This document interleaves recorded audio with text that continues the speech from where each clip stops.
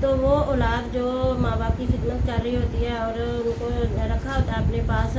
وہ اپنی ہی طرف سے کہنا شروع کر دیتے ہیں کہ یہ گھر، یہ فلاں چیز مجھے میری ماں یا میرا باپ میرے نام لگا گئے ہیں، اس میں تمہارا حصہ نہیں ہے، کیونکہ میں نے اس کو سنبھالا، میں نے اپنے ماں باپ کو بڑھاپے میں پالا، تو یہ سارا حصہ میرا ہے۔ اور اس طرح سے جو ہے بعض دفعہ ایسا بھی ہوتا ہے کہ رشتہ دار جو ہیں ان کو بھی نہ دیا جاتا ہے، یا اپنے ہی بہن بھائیوں کو سارا ان کا جو مال دولت ہڑپ کر لی جاتی۔ تو اللہ تعالیٰ نے فرمایا کہ ایسا نہیں کرنا، بہتر طریقے سے والدین کا بھی حصہ رکھنا ہے اور رشتہ داروں کا بھی رکھنا ہے۔ تو آج بھی بعض دفعہ ایسے ہی ہوتا ہے کہ ماں باپ کیا کرتے ہیں کہ اگر ایک بیٹا بہت لائق ہے یا فرما بردار ہے تو اس کے نام اپنی جائیداد کو زیادہ کر دیتے ہیں اور دوسروں کو کم حصہ دیتے ہیں۔ یا اسی طرح پہلے دستور کے مطابق پہلے زمانے میں ایسا ہوتا تھا کہ اگر باپ فوت ہو گیا ہے تو ماں زندہ ہے، تو یہ اسلام سے پہلے کی باتیں ہیں کہ ماں جو تھی وہ بڑے بیٹے کی وراثت میں آ جاتی، یہاں تک کہ توبہ نعوذ باللہ ماں سے بڑا بیٹا جو تھا وہ نکاح کر لیتا تھا، تو ماں باپ کی کوئی قدر ہی نہیں کی جاتی تھی۔ اور یہ ہمارا اسلام ہی ہے کہ اللہ تعالیٰ نے اسلام میں تمام رشتہ داروں کے حقوق و فرائض جو ہیں بتا دیے ہیں، وراثت بھی بتا دی ہے، اور اسلام ہی بہترین دین ہے، کیونکہ آج بھی اگر دیکھا جائے تو اولڈ ہاؤس بڑے کے بڑے پڑے ہیں کہ ماں باپ کو اولاد پوچھتی ہی نہیں ہے۔ اور اب ہمارے مذہب اسلام میں تو ایسا حکم نہیں ہے، لیکن ہمارے مسلمان بھی اب ایسا ہی کرنے لگ گئے ہیں۔ دیار غیر میں جب جاتے ہیں باہر کے ممالک میں تو وہاں دیکھتے ہیں کہ بوڑھے ماں باپ جو ہیں ان کو اولڈ ہاؤس میں چھوڑ دیا جاتا ہے، اولادیں جو ہیں ان کو چھوڑ جاتی ہیں۔ تو آج ہمارے پاکستان میں بھی ایسا ہی ہے کہ جگہ جگہ اولڈ ہاؤس بنا دیے گئے ہیں، کہیں ایدی سینٹر ہے تو کہیں کوئی اور ہے، تو وہاں بوڑھے ماں باپ کو وہاں چھوڑ دیا جاتا ہے، اور یہ اسلام اجازت نہیں دیتا کہ اس طرح کے کام کیے جائیں، اور نہ ہی ماں باپ کو اللہ تعالیٰ نے فرمایا کہ وہ اپنی اولاد کا حصہ ایک ہی بیٹے کے نام کر دے یا دو بیٹوں کے نام کر دے اور ایک کا حصہ بھی میں سے نکال دے، تو یا بیٹیوں کو حصہ نہ دیا جائے۔ اللہ تعالیٰ نے بیٹیوں کے حصے بھی بتا دیے ہیں، جیسے کہ آگے چل کے ہم پڑھیں گے بھی کہ بیٹے کے اگر 2 حصے ہیں تو بیٹی کو 1 ملے گا، اور ماں باپ کو 8واں ملے گا، اور بیوہ کو 6واں ملے گا۔ اس طرح سے سب اللہ تعالیٰ نے حصے بتا دیے ہوئے ہیں۔ تو فمن پس جو کوئی بدل ڈالے اس کو بعد ما سمعہ، جو اس نے سنا اس کو، یعنی جو وصیت کرنے والے نے وصیت کی ہے جب اس نے اس کو سن لیا تو اس کے بعد اگر اس نے بدل دیا فإنما، تو صرف اسمہ، اس کا گناہ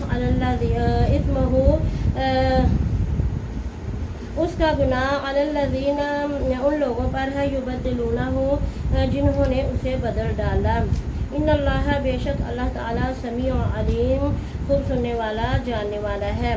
اس آیت مبارکہ میں آگے تفصیل بتائی جا رہی ہے کہ وہ شخص جس نے وصیت سنی، یعنی مرنے والے کی وصیت سنی کہ جو بھی اس نے لکھوایا یا بتایا، اور اس کے بعد پھر اس نے کیا کیا کہ اس نے بدل ڈالا یا اس نے دوسرے لوگوں کو بتایا، تو دوسرے لوگ جب ہوتے ہیں پاور میں، طاقت میں، تو وہ اس وصیت کو بدلوانے کی کوشش کرتے ہیں یا بدلوا دیتے ہیں۔ تو اس کا پھر صرف گناہ کس پر ہے؟ سننے والے نے تو صحیح سنا اور اس نے صحیح بتایا، لیکن جب دوسروں نے سنا تو انہوں نے وصیت ہی بدل ڈالی، تو گناہ کس پر ہوا؟ جنہوں نے وصیت کو بدلوایا۔ تو اللہ تعالیٰ نے فرمایا کہ جو بھی اس وصیت کو بدلے گا جو مرنے والے نے کی، تو اس خوف سے کہ سننے والے نے تو صحیح سنا، جو اس نے سنا تھا اور صحیح بتایا، لیکن بعد کے رشتہ داروں نے، جو اس کے دوسرے رشتہ دار تھے، انہوں نے زبردستی وہ وصیت بدلوا دی، تو جس نے سنا ہے یا جس نے لکھا ہے اس پر کوئی گناہ نہیں ہے، بلکہ گناہ گار کون ہوں گے؟ جو اس کی وصیت بدلوانے والے اس کے رشتہ دار ہوں گے، اس کے وارث ہوں گے۔ تو اللہ تعالیٰ خوب سننے والا ہے اور جاننے والا ہے۔ فمن پس جو کوئی خافا ڈرے مم موسن جانفا وصیت جو کرنے والے نے جو وصیت کی اس کی طرفداری او اثمن یا گناہ فاصلح تو پھر وہ صلح کرا دے بینہم درمیان ان کے فلا پس نہیں اثما گناہ علیہ اس پر ان اللہ بے شک اللہ تعالیٰ غفور الرحیم بخشنے والا مہربان ہے۔ تو جب وصیت کرنے جو وصیت کر رہا ہے اس کی وصیت سننے والا اگر یہ خوف اس کے دل میں ہو یا گناہ وہ فیل کرے کہ اس طرح سے گناہ ہوگا کہ اگر وہ وصیت صحیح طریقے سے نہیں لکھوا رہا تو وہ اپنے کسی ایک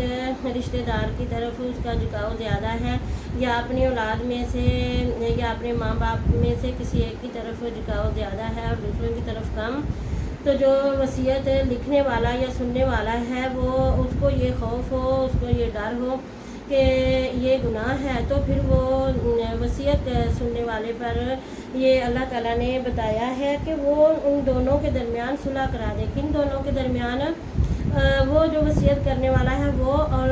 جن کے بارے میں وصیت کی جا رہی ہے ان کے درمیان صلح کرا دے آپس میں، اور پھر اس میں کوئی گناہ نہیں ہے،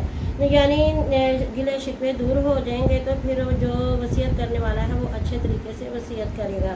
تو بے شک اللہ تعالیٰ بخشنے والا مہربان ہے۔ پھر اللہ تعالیٰ فرماتا ہے کہ اللہ تعالیٰ ہی جو ہے وہ اگر غلطی انسان سے ہو بھی جائے تو بعد میں وہ اس کی اصلاح کر لے تو اللہ بخشنے والا مہربان ہے، اللہ غفور الرحیم ہے۔ تو اس طرح سے آج بھی جو ہے بہت سی وصیتیں ایسے کی جاتی ہیں کہ بعض دفعہ والدین جو ہیں وہ اپنی اولاد میں سے جو ہے بیٹیوں کا تو نام ہی نکال دیتے ہیں، بیٹیوں کو تو کہتے ہیں کہ نہیں جی وصیت ان کو کیا وراثت میں دینا ہے، جب ان کو پڑھا دیا اور پڑھا لکھا دیا اور ان کی شادیاں کر دی تو بس ان پہ خرچہ پورا ہو گیا۔ اور بھائی بھی اسی طرح کرتے ہیں، کہتے ہیں کہ اگر بہن پر پریشر ڈال دیتے ہیں، اگر اس کا شوہر اسے تنگ بھی کرتا ہے، بعض لوگ ایسے ہوتے ہیں بے عقل کہ وہ عورت کو کہتے ہیں کہ جا اپنے مائکے سے اپنا حصہ لے کے آ، تو اور اسی طرح جو ہے پھر بعض دفعہ شوہر جو ہے نا وہ عورت کو بہت تنگ کرتا ہے کہ جاؤ اپنے مائکے سے اپنا حصہ لے کے آؤ، اور باپ جو ہے وہ خود نہیں اپنی بیٹی کو حصہ دیتا اور کہتا ہے کہ کیوں ہم نے اسے پڑھا لکھا دیا، جہیز دے دیا تو یہ اس کا حصہ ختم ہو گیا۔ یا بعض دفعہ ایسے ہی ہوتا ہے کہ ماں خود اپنے بیٹوں کے نام کروا دیتی ہے، کہتی ہے کہ نہیں یہ بیٹی کا حصہ نہیں ہے، اگر ان کا حصہ اگر تم نے بھائیوں سے ملنا ہے، بھائیوں کے ساتھ ان کے گھروں میں آنا ہے ہمارے مرنے کے بعد، تو پھر تم یہ ان کو حصہ معاف کرو اور لکھ دو۔ تو اسی طرح جو ہے وہ آج بھی ایسے ہی ہو رہا ہے، بلکہ میرا تو اپنا آنکھوں دیکھا حال ہے، میرے اپنے ہی قریبی رشتہ دار کہ انہوں نے ان کی ماں والدہ نے اپنی بیٹیوں سے حصہ جو تھے وہ اپنے بیٹوں کے نام کروا دیے، اور ان کا ایک بیٹی کا شوہر جو تھا وہ بار بار اس سے لڑتا، مارتا، جھگڑے کرتا اور کہتا کہ چل اپنا حصہ لے کے تو نے اپنے بھائیوں کے نام کیوں کروایا۔ تو یہ ظلم ہے کہ اس طرح سے کہ بھائی جو ہے وہ ملتے رہیں گے، بلکہ اگر بھائیوں نے ملنا ہے نا تو پھر وہ بہنوں کو حصہ دے کے ملے تو مزہ تب آتا ہے کہ پھر وہ ان کی زیادہ عزت کریں، اور اگر لالچ میں آ کے ملے تو کیا ملے۔ اسی طرح جو ہے بعض دفعہ والدین جو ہیں وہ اپنی اولاد کی طرف ایک طرف جھکاؤ زیادہ کر لیتے ہیں اور کہتے ہیں کہ نہیں یہ میرا بیٹا میرا خدمت گزار ہے اور یہ میری خدمت کرتا ہے، یہ میری بہو بڑی خدمت کرتی ہے، اور اندر سے تو معلوم ہی نہیں کہ ان کے دل میں کیا چل رہا ہے کہ ظاہری خدمت کر کے باپ سے سارا کچھ نام لکھوا لیں۔ اور بعض دفعہ ایسا ہوتا ہے کہ جو چھوٹا بچہ ہے، سب سے چھوٹا بچہ ہے، اللہ تعالیٰ نے سب کے حصے جو ہیں وہ قرآن کریم میں بتا دیے ہیں، برابر بتا دیا ہر چیز، تو یہ کہیں نہیں لکھا کہ جو سب سے چھوٹا بیٹا یا ابھی پیٹ میں بچہ ہے اور عورت بیوہ ہو جاتی ہے تو اس کا حصہ جو ہے وہ کم ہوگا، نہیں، بلکہ اس کا بھی حصہ اللہ تعالیٰ نے اس بڑے بیٹے کے برابر ہی لکھ دیا ہے، چاہے وہ جو ہے باپ کے ساتھ کام ہی کیوں نہ کرتا ہو، کاروبار ہی کیوں نہ کرتا ہو۔ اور بیٹی کا حصہ بھی ایسے ہی ہے یہ نہیں ہے کہ ایک بیٹی اگر بہت محبت کرنے والی ہے، بہت پیار کرتی ہے تو اس کو زیادہ دیا جائے، اور ایک ہے جو نہیں، کیا پتہ اس کو گھر کی مجبوری ہو، وہ اپنے والدین کے گھر نہیں آتی، اس کو اجازت نہیں ملتی رہنے کی، آ کے خدمت کرنے کی ماں باپ کی، تو اس کا حصہ کم ہو جائے۔ نہیں، یہ تو ہمارے پروردگار نے تمام وراثت کے جو رشتہ دار اور وراثت کے جو احکام ہیں وہ سب ان کا ہر اصول بتا دیا ہے۔ پیارے رسول پاک صلی اللہ علیہ وسلم نے بھی فرمایا کہ جو وراثت کا حصہ ہے یا جو وراثت اللہ تعالیٰ نے لکھ دی ہے وہی چلے گی اب، اور کوئی اپنی طرف سے جو ہے وراثت کا حصہ مقرر نہیں ہوگا۔ صحیح بخاری میں بھی پورا باب لکھا گیا ہے کہ وصیت جو ہے جو اللہ تعالیٰ نے فرما دی وہی وصیت وارثوں کے لیے رہے گی۔ اسی طرح ایک واقعہ کہ حضرت نعمان بن بشیر رضی اللہ تعالیٰ عنہ پیارے رسول اللہ صلی اللہ علیہ وسلم کے پاس آئے اور کہنے لگے یا رسول اللہ میں اپنے بیٹے کے نام زیادہ فلاں بیٹے کے نام زیادہ حصہ کرنا چاہتا ہوں دولت کا، تو میری بیوی اس بات کو نہیں اچھا سمجھتی، وہ کہتی کہ ایسا نہیں کرنا۔ تو آپ صلی اللہ علیہ وسلم نے فرمایا کہ میں بھی یہ بات نہیں سمجھتا کہ یہ صحیح ہے، لہٰذا تم اپنی اولاد کا جو وراثت کا حصہ ہے وہ جو اللہ نے فرمایا اسی کے مطابق کام کرو۔ تو اگر ہم قرآن کریم کو خود پڑھیں گے، اس کا ترجمہ سنیں گے، سیکھیں گے، یاد کریں گے اور اپنی اولادوں کو سمجھائیں گے تو پھر ہی یہ جو ہے سلسلہ صحیح رہے گا، ورنہ جیسے یورپ میں یا غیر مذہب ممالک میں جو لوگ ہیں انہوں نے اولڈ ہاؤسز بنا دیے ہیں، پیرنٹس کی کوئی عزت نہیں کرتا، ان کو وہاں چھوڑ دیا جاتا ہے، اور کبھی کبھار جو ہے وہ اپنے ماں باپ کو اولادیں ملنے جاتی ہیں۔ اور اب تو ہمارے پاکستان میں بھی ایسا ہی ہو رہا ہے کہ والدین کو سمجھا ہی کچھ نہیں جاتا، اولادیں اپنی مرضی کرتی ہیں اور ماں باپ کو بوجھ سمجھتی ہیں، ان کی جائیداد پر حق جماتے ہیں اور انہیں کہتے ہیں کہ یہ ہمارا فرض نہیں ہے کہ ہم ان کو اپنے ساتھ رکھیں۔ اور اسی طرح بیٹیوں کے ساتھ کیا جاتا ہے کہ کہتے ہیں کہ جی عورت کا حصہ جو ہے وہ اتنا نہیں ہے، تو یہ سب جو ہے یہ لا علمی کی وجہ سے ہے۔ اور بعض لوگ کہتے ہیں کہ قرآن پاک کو ترجمے سے نہ پڑھیں، کیوں نہ پڑھیں؟ ترجمے سے پڑھیں گے تو ہم اپنی شریعت کو جانیں گے، ہم اپنے حقوق کو جانیں گے اور اپنے فرائض کو جانیں گے۔ جب حقوق و فرائض کا ہی معلوم نہیں ہوگا تو پھر انسان ایسے ہی کرتا رہتا ہے۔ اور میرا مقصد بھی یہی ہے کہ ہم جو ہے اپنے دین کو پڑھیں، عورتیں خاص کر اپنے قرآن کا ترجمہ پڑھیں اور تفسیر پڑھیں اور سمجھیں۔ اسی طرح ہمارے ارد گرد بہت سے ایسے واقعات ہوتے ہیں، میرے اپنے ہی پاس میرے ہی ہمسائے ہیں، ان کا پہلے جو ہے عورت کا شوہر فوت ہوا تو سسرال والے کہہ رہے تھے کہ ہم اس کو نہیں دیں گے خرچہ، اس لیے کہ یہ ادھر ادھر ضائع کر دے گی، اس کے بچوں کا جو بنتا ہے حق۔ لیکن اس طرح سے کرنے سے انسان کو خود ڈرنا چاہیے کہ بیوہ کے سر پہ ہاتھ رکھیں، یتیموں کا حصہ دیں اور یتیموں کی پرورش اچھے طریقے سے کریں۔ وراثت جب انسان کو پڑھا دی جائے، سمجھا دیا جائے تو پھر ایسے لوگ جن کا واقعی دنیا میں کوئی نہیں لیکن وہ اتنے امیر ہوتے ہیں، ماں باپ بے شک وہ دنیا سے چلے جائیں لیکن وراثت میں ان کی اتنی جائیداد ہوتی ہے، اتنی دولت ہوتی ہے، لیکن وہ بچے یتیم خانوں میں پلتے ہیں یا کسی ایسی NGOs کے پاس بھیج دیا جاتا ہے۔ اگر خدا کا خوف ہوگا، قرآن کو سمجھا جائے گا، پڑھا جائے گا تو پھر ہی یہ جو ہے یہ وراثت کے حصے دوسروں کو دیے جائیں گے۔ اسی طرح ایسے بھی ہمارے ارد گرد بہت سے ایسے واقعات ہیں کہ ہم سنتے بھی ہیں، میں خود بھی آنکھوں دیکھے حال سے مجھے دکھ ہوتا ہے کہ صرف لالچ کر کے کہ فلاں جو ہے انسان اس نے اس وجہ سے خدمت کی کہ وہ ساری جائیداد خود ہی ہڑپ کر گیا اور اپنے نام لکھوا لیا، مختار نامہ اپنے نام کروا لیا، بعد کے پھر رشتہ دار لڑتے مرتے رہتے ہیں۔ جو غریب ہوتے ہیں وہ حصہ نہیں لے سکتے، وہ مقدمے نہیں کر سکتے، اور جو امیر ہوتے ہیں وہ لے کے تو سارا کام ہی پورا کر دیتے ہیں۔ تو اس لیے قرآن پاک کی میری تو پرزور یہ اپیل ہے کہ ہر عورت کو قرآن پاک جو ہے وہ ترجمے سے پڑھنا چاہیے، سننا چاہیے،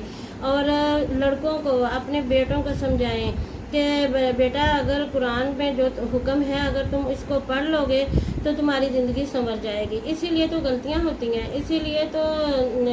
لڑائیاں جھگڑے پڑے رہتے ہیں, اسی لیے تو پہلے گھروں میں ہوتے ہیں, پھر محلوں میں چلتے ہیں, پھر ممالک میں چلتے ہیں, اور ایسے ہی لڑائیاں جھگڑے جو ہیں مسلمان کمزور کیوں رہے ہیں؟ اپنے دین سے دوری کی وجہ سے. اگر دین کو سمجھیں گے, پڑھیں گے تو انشاءاللہ ہم کامیاب رہیں گے. صدق اللہ العظیم, صدق رسول الکریم. اللہم صلی علی محمد وعلی آلہ وصحبہ وبارک وسلم وصلی علیہ. اور میری آپ سے گزارش ہے کہ میرا بیان سنتے ہیں تو آگے شیئر کیا کریں اور آگے دکھایا کریں, اور سنا بھی پورا کا پورا کریں. یہ نہیں کہ سکپ کر کے صرف خاص خاص باتیں سن لیں, بلکہ پورا سنا کریں. پورا سنیں گے تو پھر ہی معلوم ہوگا. اور سبسکرائب کیا کریں اور آگے بھیجا کریں, اور یہ اللہ کا کلام ہے, اس کو آگے زیادہ سے زیادہ شیئر کیا کریں. صدق اللہ العظیم.